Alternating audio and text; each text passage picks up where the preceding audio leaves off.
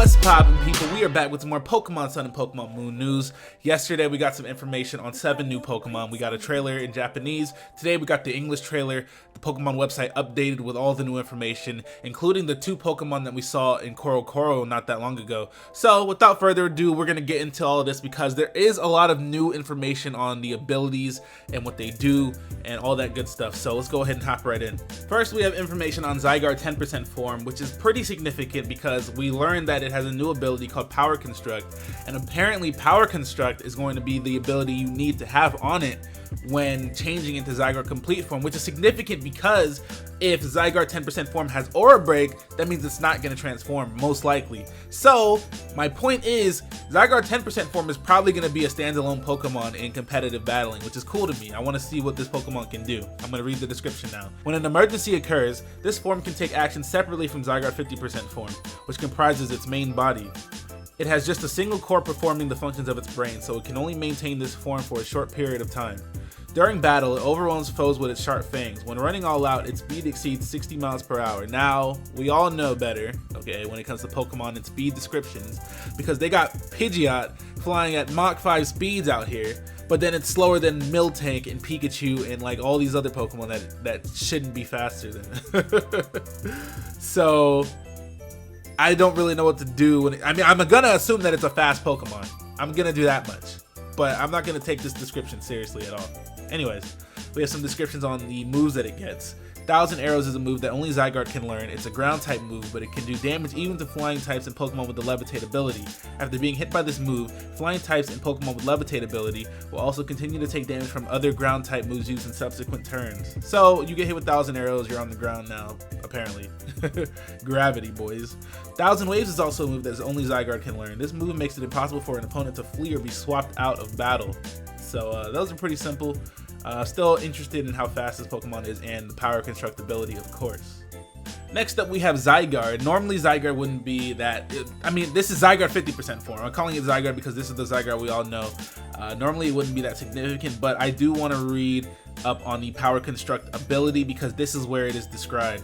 A Zygarde 10% or Zygarde 50% with the Power Construct ability will be able to change forms into its complete form during battle if its HP drops below half.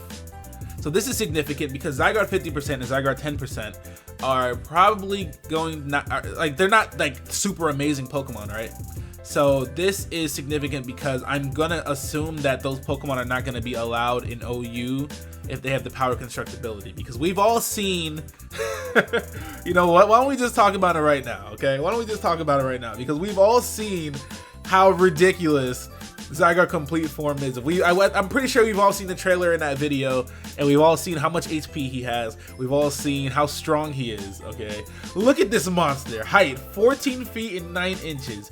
1,344.8 pounds, my boy. This is a big boy. Zygarde's completed form is specialized for battle. Can it use... Does Power Construct do something else besides transform it into Zygarde Complete form? Because it still has Power Construct when it's complete. So I wonder if Power Construct is also has a secondary effect. That's interesting. Zygarde's completed form is specialized for battle, enabling Zygarde to fight with its full power and fulfill its duty of protecting the Pokemon ecosystem. Core Enforcer is a move that only Zygarde can learn, and it can erase the abilities of any opponents that have already used the move on the same turn that it's used? Huh? So, okay, so you have to go second then. Is that how it works? Okay. So if you go second with Core Enforcer, the Pokemon that used an attack before you just loses its ability. It reminds me of that one guy from My Hero Academia. He'd be erasing perks, man. Erasing perks. Anyways, its wings and tail each have their own core. Each core serves as a brain and can make decisions and act independently. So this man don't even need to be looking at you to beat your ass. Alright, that's very interesting. I'm very interested in Zygarde Complete form. This Pokemon is straight up OP as hell, but we need to see. I'm pretty sure that it has such a large HP stat because it's gonna only start at half HP, you know? So that's how they balanced it out. It has a gigantic HP stat, but you can only use it when the Pokemon's at half HP. It's kind of like Darmanitan, and changing into the psychic form that it has. Very interesting.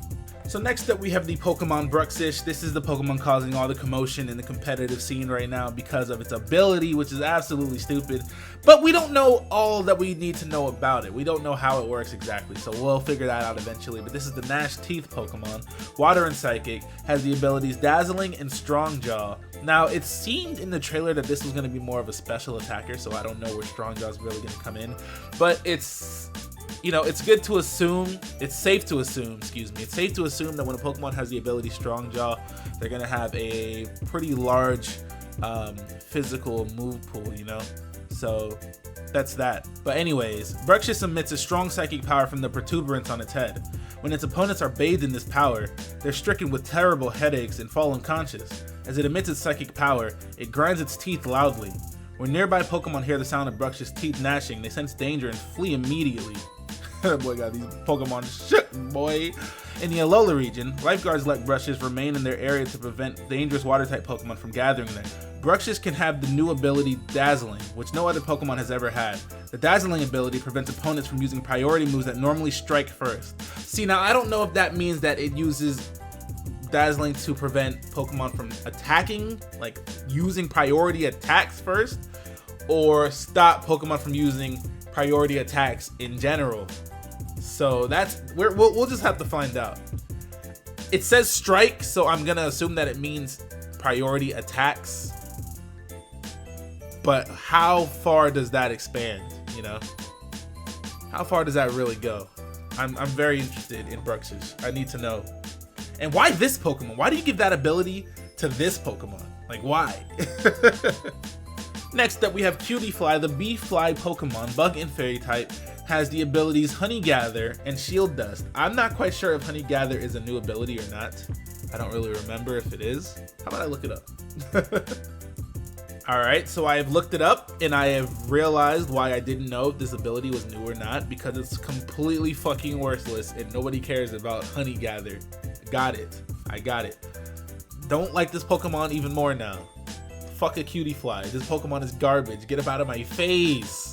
Honey Gather? Really? I'm just kidding, guys. I'm just kidding.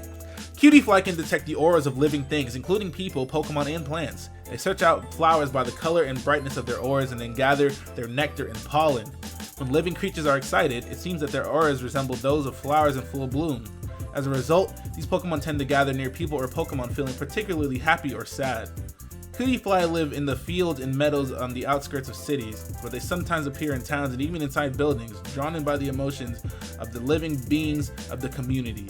If one of these things was in my house, I'll just, you know, I'm gonna just let you know, Cutiefly. You come up in my crib, you ran into the wrong motherfucking crib, boy. No, I'm playing.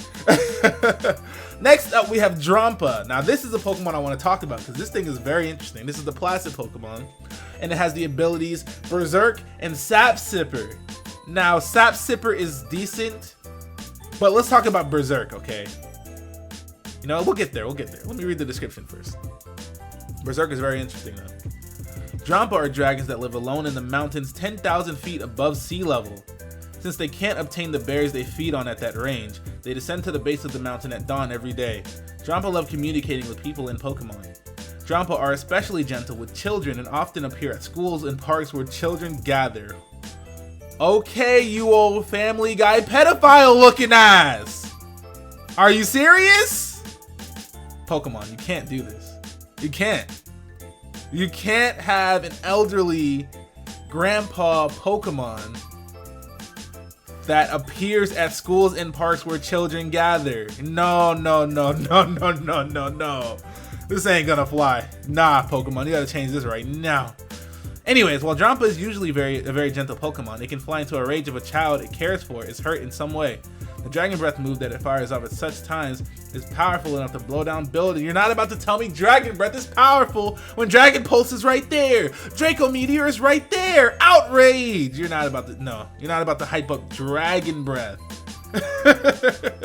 Now, here's what I wanted to get to. Drampa can have the Berserk ability, an ability that no other Pokemon has ever had. With the Berserk ability, this Pokemon's special attack will go up by 1 when its HP drops below half. Do you guys see how good that is? And hopefully it has some recovery moves too. But that's pretty good. So when it drops below half HP, for any reason, it'll gain a special attack boost. That's awesome. I hope this Pokemon has good stats. I hope it's useful. I hope you can use this Pokemon. That sounds pretty cool. I wonder what moves it's gonna get. I wonder how fast it's gonna be. I wonder how strong it's gonna be. I wonder what item combination you would use on this. Maybe a Pitaya Berry? Who knows? On to the next one. We got Togedemaru. Roly-poly Pokemon, electric and steel, has the abilities Iron Barbs and Lightning Rod. I like those two abilities for this. You probably run a little more defensive set if you wanted to use Iron Barbs, or if you just switch into an electric type move with Lightning Rod. Bow. Togedemaru is the roly-poly Pokemon that gathers electricity and stores it. The long needle that grows from the back of its head works as a lightning rod to attract electricity. Okay, so wait. Why can't I have Lightning Rod and Iron Barbs then? With this reservoir of electrical energy, Togedemaru is able to release powerful electric type attacks. Covering its body is a pattern of fur with strands like needles. That means that Togedemaru can roll itself up and presto, it's a ball of prickles. Some skilled trainers have developed the strategy of getting other Pokemon to unleash electric type attacks on Togedemaru, which absorbs their power to use in a response attack. Okay, so obviously it's telling you in double battles, you can use electric type moves to power them. Okay, this is nothing we didn't already know. On days when lightning strikes, you can sometimes see Togedemaru gather and bristle up their needles, waiting to be struck by lightning. That's cute. Alright, now this is the Pokemon I wanted to get to. Tapu Koko! I found him in the Lolo. I'm in love with the Koko. Anyways, Land Spirit Pokemon, Electric and Fairy, ability Electric Surge. Tapu Koko was a special Pokemon that protects the area where it lives. It's called the guardian deity of Melee Island, one of the islands of the Alola region. Although it's known as a guardian deity, it's a surprisingly fickle Pokemon and will not necessarily come to your aid if you need help. Wait!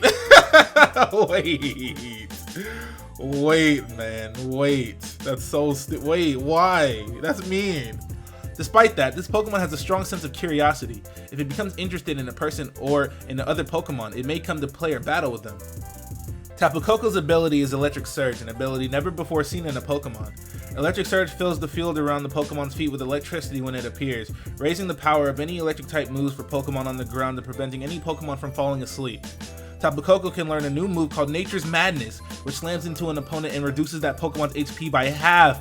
Hello? Okay, so he has, what is it, Super Fang? He just has Super Fang, straight up. Alright then. So that move is going to be necessary because that's definitely a wall breaker, straight up.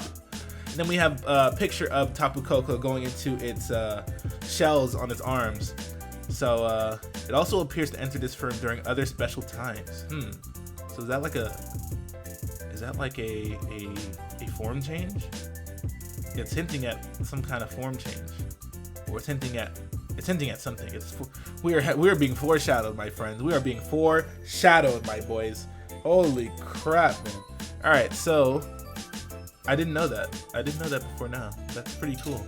I gotta take a picture of that. All right, so next we have the evolved form of Grubbin. This is going to be Charge-a-Bug, and this is the battery Pokemon, and it has the ability Battery, and it looks like a battery, and it looks like a charger, and it looks like all the things it should look like. Charge-a-Bug stays perfectly still in preparation for evolution, and often spends time with its body half buried in the earth. Charge-a-Bug is able to store up electricity. It can store enough power to run a household for a whole day. Damn! The power it stores can be provided to other Pokemon, so it can also serve as a battery. Charge-a-Bug has the Battery ability, an ability not seen before in other Pokemon. The Battery ability allows it to raise the power of allied special moves. Really? But does that matter? Is Charge-a-Bug going to be viable at all in double battles or anything like that?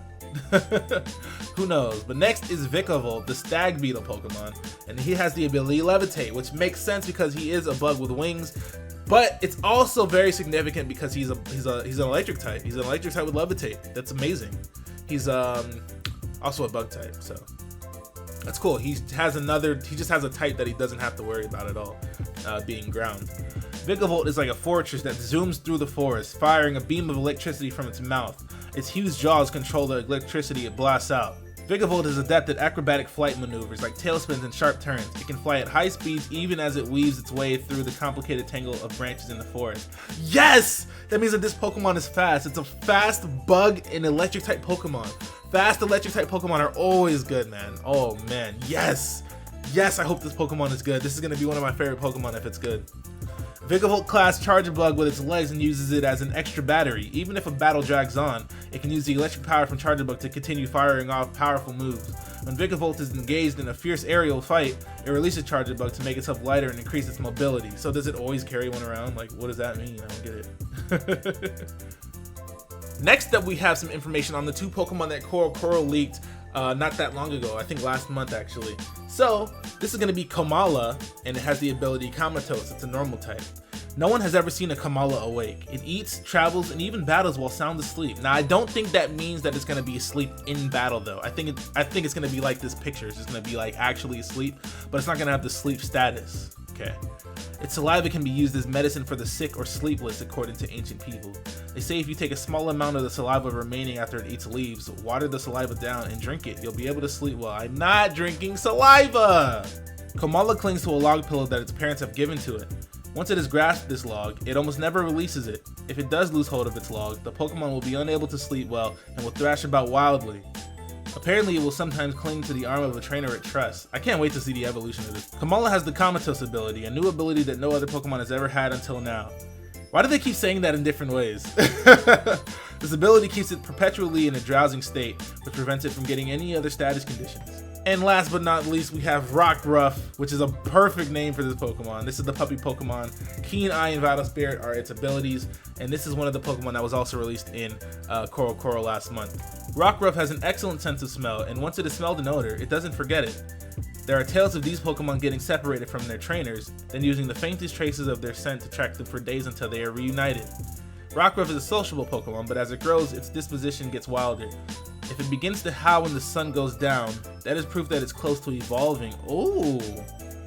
So does this mean that you have to evolve this Pokemon like at night or like when it's about to be nighttime?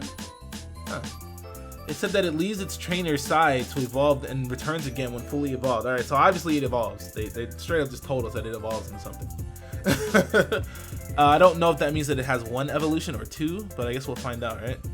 Rockruff stands bravely in battle even when it's taking damage. Although an opponent may be stronger than Rockruff, the public Pokemon is so persistent, it keeps going until it outlasts its foe and gets the win. Hey, that's straight up Scrappy-Doo, boys. Straight up Scrappy-Doo.